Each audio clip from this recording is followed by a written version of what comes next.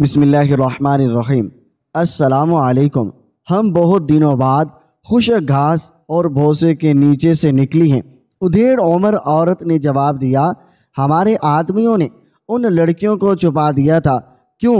ہمیں بتایا گیا تھا کہ مسلمان جس شہر کو فتح کرتے ہیں سب سے پہلے وہاں کی خوبصورت عورتوں کو اکٹھا کر کے آپس میں تقسیم کر لیتے ہیں۔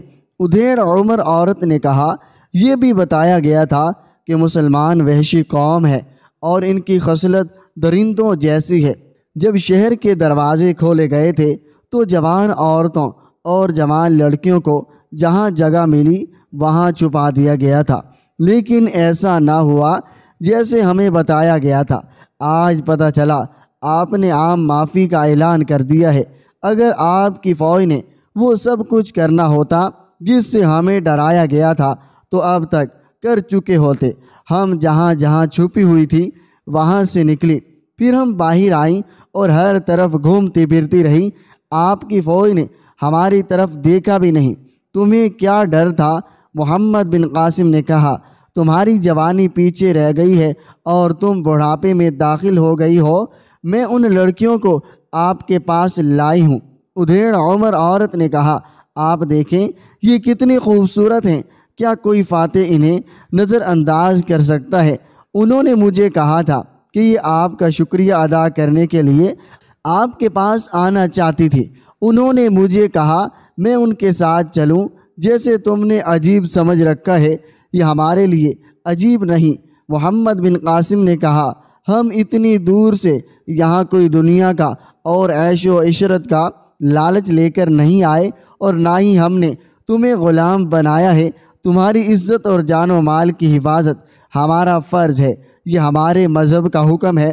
تم سب اپنے گھر کو چلی جاؤ۔ ان لڑکیوں کے انداز سے پتہ چلتا تھا جیسے وہ وہاں سے نکلنا نہیں چاہتی۔ ایک تو وہ غیر معمولی طور پر حسین اور دلکش تھی، دوسرے ان کے ناز و انداز تھے جو اشتعال انگیز تھے۔ کچھ دیر بعد محمد بن قاسم کے ایک بار پھر کہنے پر یہ لڑکیاں کمرے سے نکلنے لگیں، لیکن ایک لڑکی جو ان میں بہت زیادہ خوبصورت تھی وہیں کھڑی رہی۔ میں کچھ دیر آپ کے سائے میں رہنا چاہتی ہوں۔ اس لڑکی نے محمد بن قاسم سے کہا، کیا کرو گی یہاں رہ کر؟ محمد بن قاسم نے پوچھا، آپ انسان نہیں لگتے۔ لڑکی نے کہا، آپ اتار ہیں، میں کچھ جاننا چاہتی ہوں، کچھ سمجھنا چاہتی ہوں۔ ادھیڑ عمر عورت دوسری لڑکیوں کے ساتھ باہر نکل گئی اور لڑکی جو اندر رہ گئی تھی وہ باہر نہ آئی۔ کچھ دیر انتظار کر کے یہ عورت لڑکیوں کو ساتھ لے کر چلی گئی۔ کچھ دیر بعد ترجمان بھی باہر نکل آیا اور یہ لڑکی اندر ہی رہی۔ 3-4 روز بعد یہ خبر نیرون شہر میں پھیل گئی، ہندوؤں کے مندر کا بڑا پنڈت اپنے کمرے میں مرا پڑا ہے۔ محمد بن قاسم نے غیر مسلموں کو مذہبی آزادی دے رکھی تھی۔ ہندو اپنے مندر میں جاتے تھے اور بدھ اور عبادت گاہ میں عبادت کرتے تھے۔ یہ خبر محمد بن قاسم تک بھی پہنچی۔ اس نے حکم دیا، معلوم کیا جائے کہ پنڈت کس طرح مرا ہے۔ جاسوسوں کا سربراہ شعبان ثقفی گیا تو اس نے لاش کو دیکھتے ہی کہا، اسے زہر دیا گیا ہے۔ اس نے محمد بن قاسم کو یہی رپورٹ دی، اب یہ معلوم کرو کہ اسے زہر دینے والا کوئی مسلمان تو نہیں۔ محمد بن قاسم نے کہا، شعبان ثقفی نے مندر کے چھوٹے پنڈتوں اور ان کے ان بالکوں کو جو مندر میں رہتے تھے اکٹھا کر لیا اور باری باری ان سے پوچھا، ان میں سے پنڈت کے ساتھ کسی کی دشمنی تو نہیں تھی؟ یہ انکشاف ہوا، ایک بڑی خوبصورت لڑکی آدھی رات کے وقت مندر آئی تھی اور وہ بڑے پنڈت کے کمرے میں چلی گئی تھی۔ کسی کو یہ معلوم نہ ہو سکا وہ کس وقت وہاں سے نکلی تھی۔ اس لڑکی کا نام شموم رانی تو نہیں؟ شعبان ثقفی نے پنڈتوں سے پوچھا۔ یہی نام ہے، ایک پنڈت نے کہا۔ اس لڑکی کا نام اس پنڈت کے سوا اور کوئی نہیں جانتا تھا۔ شعبان ثقفی نے یہ نام سنا تو وہ مندر میں گیا اور پنڈت کے کمرے میں اچھی طرح دیکھ بھال کر ایک پیالہ پڑا ہوا تھا جس میں 1-2 گھونٹ شربت بچا ہوا تھا۔ شعبان ثقفی نے یہ پیالہ اٹھا لیا اور مندر سے باہر آ گیا۔ اس نے کہا، ایک کتا یا بلی لائی جائے۔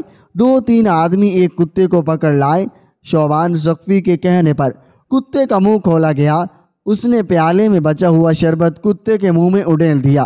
پھر اس نے کہا اسے چھوڑ دو۔ کتے کو چھوڑ دیا گیا۔ ڈرا ہوا کتا ایک طرف دوڑ پڑا لیکن زیادہ دور نہ جا سکا۔ دوڑتے دوڑتے رکا اور وہیں رک گیا۔ پھر اس کا جسم بالکل ہی ساکت ہو گیا۔ لڑکی کہاں ہے؟ شعبان ثقفی نے مندر کے پنڈتوں اور پجاریوں سے پوچھا۔ سب نے لا علمی کا اظہار کیا۔ شعبان ثقفی نے ان سب کو مندر کی دیوار کے ساتھ کھڑا کر دیا۔ وہ 7-8 تھے۔ شعبان ثقفی نے 10 بار تیر اندازوں کو بلایا اور انہیں ان سب کے سامنے 15-20 قدم دور کھڑا کر کے کہا کہ کمانوں میں ایک ایک تیر چڑھا لیں۔ اب وہی زندہ رہے گا جو بتائے گا کہ لڑکی کہاں ہے۔ شعبان ثقفی نے ان ہندوؤں سے کہا کون بتائے گا؟ شعبان ثقفی نے چند لمحے انتظار کیا۔ ان میں سے کوئی بھی نہ بولا۔ شعبان ثقفی نے تیر اندازوں کو اشارہ کیا تو انہوں نے کمانیں سیدھی کر کے کھینچ لی۔ میں بتاؤں گا۔ ان میں سے ایک بلبلا اٹھا۔ شعبان ثقفی نے اسے الگ کر لیا۔ اس آدمی نے بتایا انہیں رات کو ہی پتہ چل گیا تھا کہ شموم نے پنڈت کو زہر پلا کر مار دیا ہے۔ پتہ اس طرح چلا، ایک پنڈت بڑے پنڈت کے کمرے میں داخل ہو رہا تھا اور شموم باہر نکل رہی تھی۔ اس پنڈت نے دیکھا بڑا پنڈت بستر پر تڑپ رہا تھا۔ وہ بڑی مشکل سے اتنا ہی کہہ سکا اسے پکڑ لو، مجھے زہر پلا گئی ہے۔ شموم کو پنڈت کے کہنے پر پکڑ لیا گیا اور صبح جب شہر کے دروازے کھلے تو لڑکی کو مردانہ لباس پہنا کر باہر لے گئے۔ کہاں؟ شعبان ثقفی نے پوچھا۔ وہ تو اروڑ کا آدھا راستہ طے کر چکی ہوگی۔ پنڈت نے بتایا اروڑ پہنچتے ہی اسے قتل کر دیا جائے گا۔ ہاں، شعبان ثقفی نے کہا پنڈت کا قتل معمولی جرم نہیں ہو سکتا۔ اس لڑکی کو پہلے کچھ دن اذیتیں دی جائیں۔ اس ہندو نے کہا اس کا جرم صرف یہ نہیں اس نے پنڈت کو زہر دے کر مارا ہے، بلکہ اس کا سب سے بڑا جرم یہ ہے اسے جس آدمی کو زہر دینے کے لیے بھیجا گیا تھا اسے اس نے نہیں دیا اور پنڈت کی جان لے لی۔ زہر کسے دینا تھا؟ شعبان ثقفی نے پوچھا۔ آپ کے سالار محمد بن قاسم کو۔ اس نے جواب دیا۔ لڑکی نے مندر میں واپس آ کر بتایا ہوگا اس نے ہمارے سالار کو زہر کیوں نہیں دیا؟ نہیں، اس نے جواب دیا وہ آئی اور پنڈت کے کمرے میں چلی گئی تھی۔ اس مندر میں اور کیا سازش ہو رہی تھی؟ شعبان ثقفی نے کہا اگر تمہارے بیمار کتے کی طرح تڑپ تڑپ کر مرنا نہیں چاہتے تو سچ بولنا۔ اس وقت تمہاری زندگی میرے ہاتھ میں ہے، جھوٹ نہیں بولوں گا۔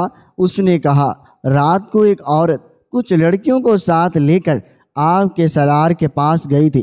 یہ ایک سازش تھی۔ ہمیں بتایا گیا تھا مسلمان خوبصورت اور نوجوان لڑکیوں کے دل دادا ہیں۔ ہمارے راجہ کا وزیر بد یمن دانش مند آدمی ہے۔ وہ کہتا تھا عربی فوج کا سالار نوجوان ہے اور وہ اس جال میں آ جائے گا اور عیش و عشرت میں مگن ہو کر پیش قدمی روک دے گا۔ شموم نے اس کے پاس ٹھہرنا تھا اور اس پر اپنا جادو چلائے رکھنا تھا۔ پھر ایک روز ہمارے راجہ نے آپ کی فوج کو محاصرے میں لے کر ختم کر دینا تھا۔ محاصرہ یا حملہ ہوتے ہی شموم نے آپ کے سالار کو زہر دے دینا تھا۔ کس طرح؟ لڑکی نے جو انگوٹھی پہن رکھی تھی اس کے اوپر ڈھکنا لگا ہوا تھا۔